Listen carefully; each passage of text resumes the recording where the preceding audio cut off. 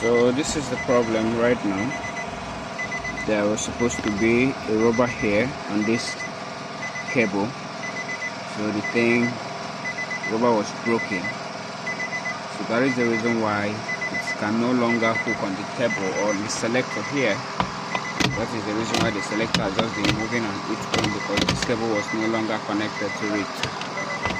So that is how I'm going to fix this problem right now. Thanks for watching. So the vehicle is now in park, and then you can now start the car.